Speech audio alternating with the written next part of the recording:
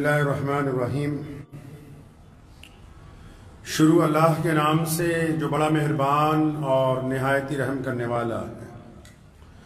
تمام حضرات سورہ فاتحہ اور درود پاک پڑھ لیجیے۔ اعوذ باللہ من الشیطان الرجیم، بسم اللہ الرحمن الرحیم، الحمدللہ رب العالمین، الرحمن الرحیم، مالک یوم الدین، ایاک نعبد و ایاک نستعین، ایاک نعبد وَإِيَّاكَ نَسْتَعِينُ إِيَّاكَ نَعْبُدُ وَإِيَّاكَ نَسْتَعِينُ اهْدِنَا الصِّرَاطَ الْمُسْتَقِيمَ صِرَاطَ الَّذِينَ أَنْعَمْتَ عَلَيْهِمْ غَيْرِ الْمَغْضُوبِ عَلَيْهِمْ وَلَا الضَّالِّينَ آمین۔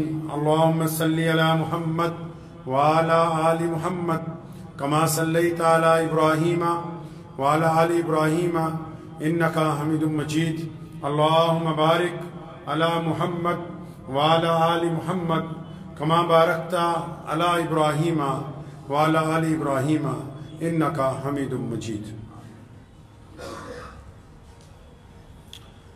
اللہ کے پیارے نبی حضرت محمد رسول اللہ صلی اللہ تعالی وسلم کے صدقہ طفیل پوری دنیا کے انسانوں کو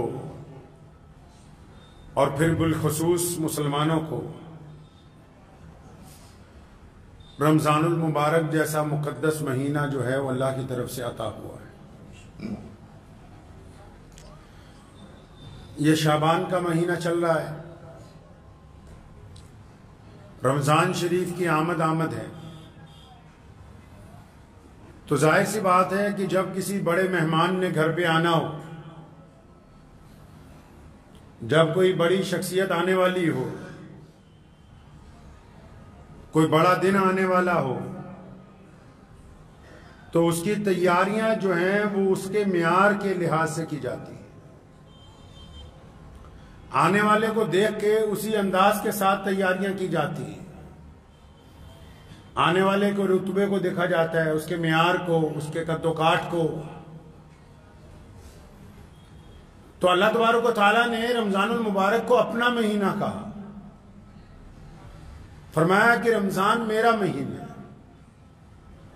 اور اس سے بھی بڑی بات یہ ہے کہ اللہ تبارک و تعالیٰ نے رمضان المبارک کو نزول قرآن کا مہینہ بنایا،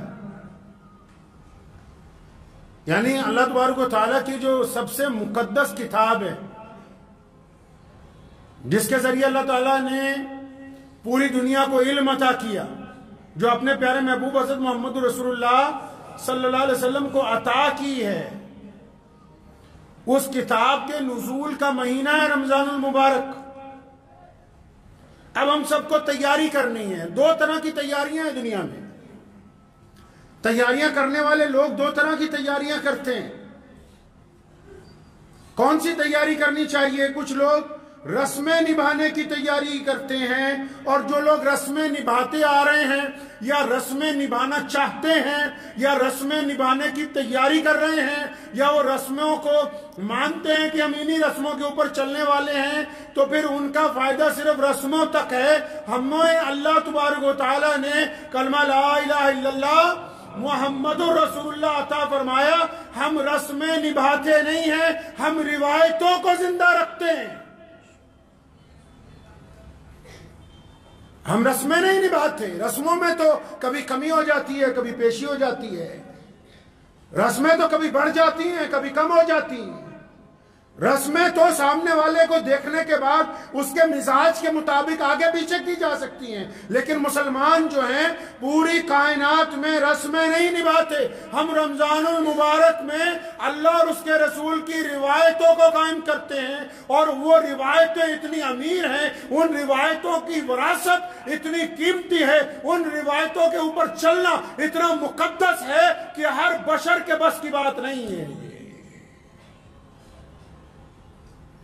اور جب روایتیں نبھانی ہوں تو روایتیں تو پوری طاقت کے ساتھ نبھائی جاتی ہیں۔ روایتیں تو پورے جسم اور پوری روح کا زور لگا کے نبھائی جاتی ہیں۔ روایتوں کے اندر تو بندہ اپنی جان کھپا دیتا ہے، تب کہیں جا کے روایتیں عمل درآمد ہوتی ہیں۔ محمد الرسول اللہ صلی اللہ علیہ وسلم کا رمضان کیسا تھا اور ہم کس رمضان کی تیاری کر رہے ہیں، اگر ہماری روایتیں ان سے میل کھائیں گی تو پھر تو ہم بھی رمضان کی تیاری میں ہیں۔ اور اگر پھر صرف رسم دنیا ہے، اگر صرف رنگ و روغن ہے، اگر صرف نئے کپڑے ہیں، اور اگر صرف گھروں میں صفائی ہے، اور اگر صرف بہترین کھانوں کا انتظام ہے، اگر صرف برتن ہی خریدے جا رہے ہیں، تو پھر یہ رسمیں ہیں، یہ رسمیں ان کو مبارک ہو جو نبھا رہے ہیں۔ ان رسموں کا اللہ اور اس کے رسول کے ساتھ کوئی تعلق نہیں ہے۔ رمضان روایتوں کی بات کرتا ہے اور بڑی امیر روایتوں کی بات کرتا ہے۔ رمضان ایسی روایتوں کی بات کرتا ہے جو دنیا کے لیے مثال بنتی۔ رمضان ایسی روایتوں کی بات کرتا ہے جو دنیا کے لیے روشنی کا مینار بنتی۔ اور رمضان کیوں نہ کرے ایسی روایتوں کی بات کہ اللہ تبارک و تعالیٰ کی مقدس کتاب جس کو ہم قرآن پاک کہتے ہیں وہ اس رمضان میں نازل ہوئی ہے۔ جب ہم قرآن کی بات کرتے ہیں تو ایسا لگتا ہے کہ ایک روشنی کا مینار نظر آ رہا ہے جو ہمیں راستہ دکھا رہا ہے، لیکن اس کے ساتھ ساتھ ان ٹھیکیداروں کو دوبارہ یاد کرواتا چلوں جو دنیا میں اب نام نہاد ٹھیکیدار بن گئے اسلام کے، جو اگر قرآن پاک کو اگر کوئی غیر مسلم کچھ کہہ دے یا کر دے تو پھر شور مچاتے ہیں، اور رمضان المبارک سے پہلے ہی 3 دن کی تراویاں، 1 دن کی تراوی، 2 دن کی تراوی، حافظ ریل کی تلاش کرنے کے لیے تیار ہیں۔ جو اسلام کی روایتوں کو اپنی دولت کے بل پر کہ ہم تو مسجد تک چل کے جا نہیں سکتے، ہم تو اپنے گھر میں امام بلا کے یہیں پر تراویاں کرواتے رہیں گے، کرواؤ پھر اپنے گھر کے اندر تراویاں۔ اللہ تبارک و تعالیٰ کو ایسے لوگوں سے کچھ لینا دینا نہیں جو جان بوجھ کے اسلام کی جمعیت کو، اسلام کے اتفاق کو، مساجد کی رونقوں کو کم کرنا چاہتے ہوں۔ یہ اللہ تبارک و تعالیٰ کی رضا نہیں حاصل کر رہے، یہ قرآن پاک کی بیعت بھی کرنے کی کوشش کرتے ہیں۔ مفتی کو دھوکہ دے سکتے ہو، اللہ کو دھوکہ نہیں دے سکتے۔ اپنی طرح کا مسئلہ لکھ کے، اپنی طرح کے سوال لکھ کے، اپنی مرضی کے سوال جوڑ توڑ کے، اپنا الو سیدھا کرنے کے لیے کسی دارالافتاء والوں کو تو نعوذ باللہ کہیں نہ کہیں کمی بیشی کر کے گمراہ کر سکتے ہو، لیکن وہ رب جو دلوں کا حال جانتا ہے، جس رب کے کریم رسول نے کہا اور جس حدیث کو پہلی حدیث کا درجہ دیا، جس حدیث کو امام بخاری نے سب سے پہلے لکھا، جس میں رسول اللہ نے کہا او کما قال النبی علیہ السلام انما الاعمال بالنیات، فرمایا تمہارے اعمال کا دار و مدار نیت پر ہے۔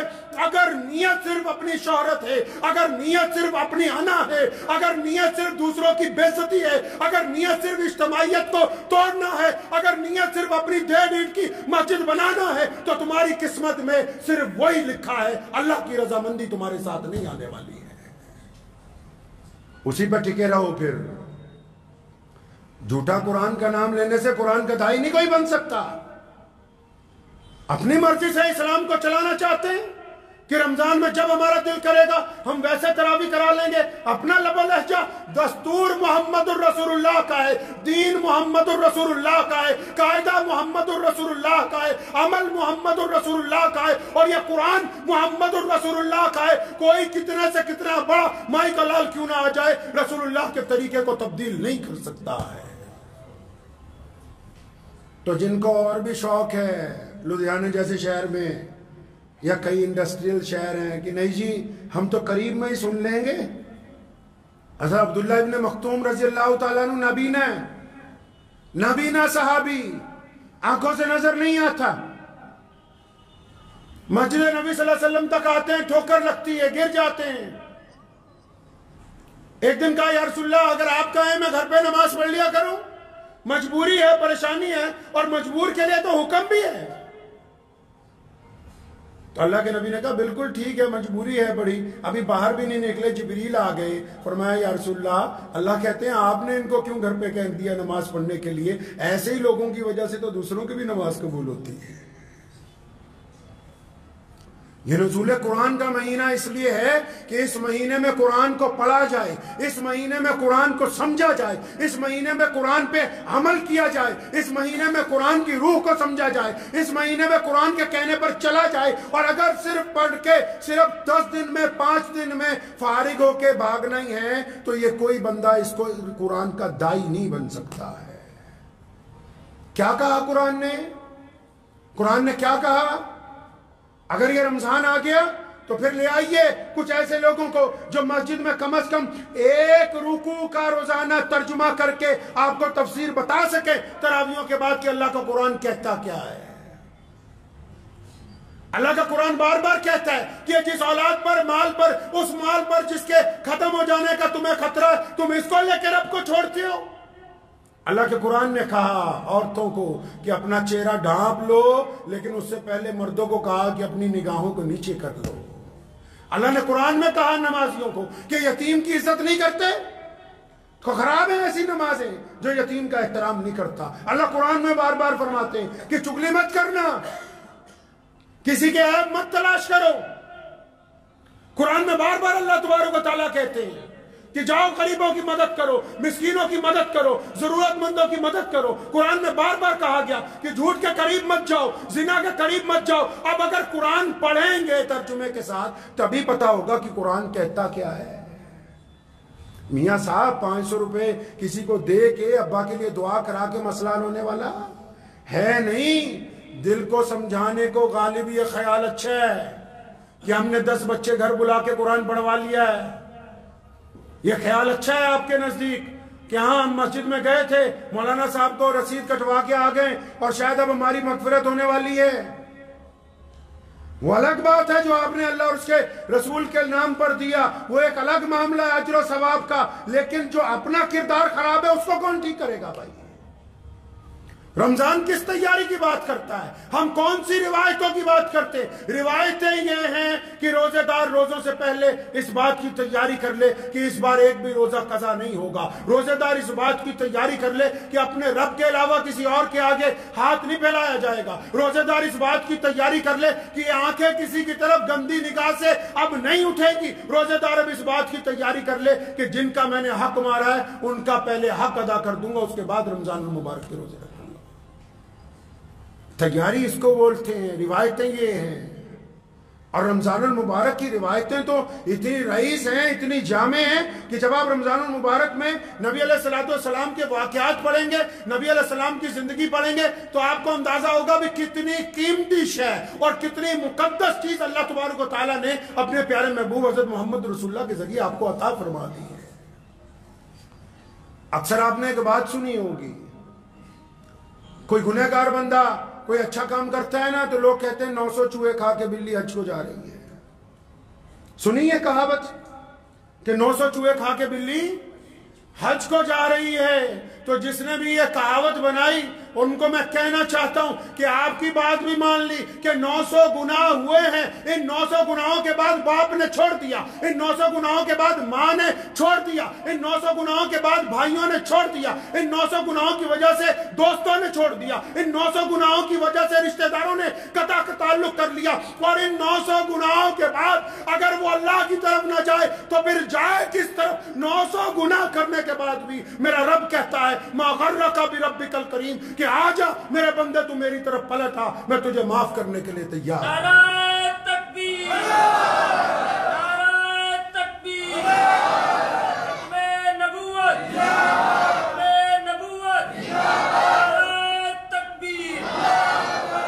تو ذہن نشین کر لیجئے اس بات کو کہ ہم نے رسم نہیں نبھانی اس مرتبہ، ہم اپنے کردار سے روایتیں نبھائیں گے، ہم رمضان میں مظلوموں کی مدد کریں گے، ہم اپنے منہ میں لقمہ ڈالنے سے پہلے غریب کا خیال رکھیں گے، ہم وقت پر پابندی سے نماز پڑھیں گے، اور جو تجارت کرتے ہیں قرآن کی رمضان کے اندر اور جو مذاق اڑانا چاہتے ہیں، چاہے وہ کوئی متولی ہو، چاہے وہ کسی مسجد کا پردھان ہو، چاہے کسی بڑی سوسائٹی کا ذمہ دار ہو، چاہے وہ اپنے گھر کی چھت پہ تراویح کرانے والا ہو، ایسے جتنے گنڈے ہیں ان کے پیچھے نماز پڑھنا اور وہاں جا کے اپنے رمضان کی تراویحوں کو خراب انتخاب کرنا، اس بات کو طے کر لیجئے کہ جو بھی قریب کی مسجد ہوگی وقت نکال کے اس مسجد کی زینت بنیں گے، تاکہ یہ مسجد بھی کل کو کہہ سکے قیامت والے دن کی عبد الرحمن رمضان کی تراویح میری زمین پر پڑھتا تھا۔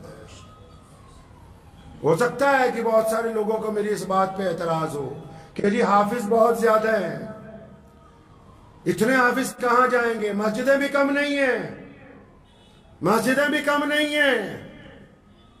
اور ہمت کیجئے، ایک میں 2 بار سن لیجئے، مسجدوں کی بھی تعداد کم نہیں ہے، اور اگر کم پڑ رہی ہیں تو اور بناؤ، اللہ کے گھر اور بناؤ، تاکہ یہاں لوگ علم حاصل کریں، عبادت کریں، بچے تعلیم حاصل کریں، لوگوں کی طرف پیغام محبت بڑھتا ہوا جائے۔ لیکن یہ نہیں ہو سکتا کہ ہم دستور کو بدلنے کی کوشش کریں، دستور کو تبدیل نہیں کیا جا سکتا ہے۔ یہ اسلام کی یہی تو بات ہے۔ پوری دنیا میں اب تک جتنے دستور بنے، بڑی بڑی حکومتیں بنی، جو نئی حکومت آئی اس نے پچھلے والے کا دستور بدل دیا، جو نیا بندہ تخت پر بیٹھا اس نے پہلے والوں کا دستور بدل دیا۔ یہ محمد رسول اللہ کا دین ہے، اور اس پر رسول اللہ نے مہر لگا دی، سونے محمد صلی اللہ علیہ وسلم نے مہر لگا دی، کمپلیٹ کر دیا، مکمل۔ اب کسی کی تعویلیں اس کو تبدیل نہیں کر سکتی، اور بلندی سر بلندی ہے ہی ان لوگوں کے لیے جو اللہ اور اس کے رسول کی اطاعت کرتے ہیں، عزتیں انہی کے لیے ہیں جو اللہ اور اس کے رسول کا کہنا مانتے ہیں۔ تو تیار ہو جائیں، اس رمضان میں کریں گے انشاءاللہ، روایتوں پہ عمل کریں گے انشاءاللہ۔ رسمیں نہیں نبھانی ہم نے انشاءاللہ، ہم روایتیں نبھائیں گے، اور وہ روایتیں جو رسول اللہ صلی اللہ علیہ وسلم نے رمضان میں نبھائی ہیں، اس کے متعلق انشاءاللہ تعالی رمضان کے جمعوں میں آپ کے ساتھ ذکر ہوگا۔ دعا کیجئے اللہ تعالیٰ مجھے بھی اور آپ سب کو اس پہ عمل کی توفیق عطا فرمائے۔ وآخر دعوانا ان الحمدللہ رب العالمین۔ مجھے امید ہے کہ آپ کو یہ ویڈیو پسند آئی ہوگی۔ اگر پسند آئی ہو تو یہ آپ اپنے دوستوں کے ساتھ شیئر کریں، اور اس چینل کو سبسکرائب ضرور کریں۔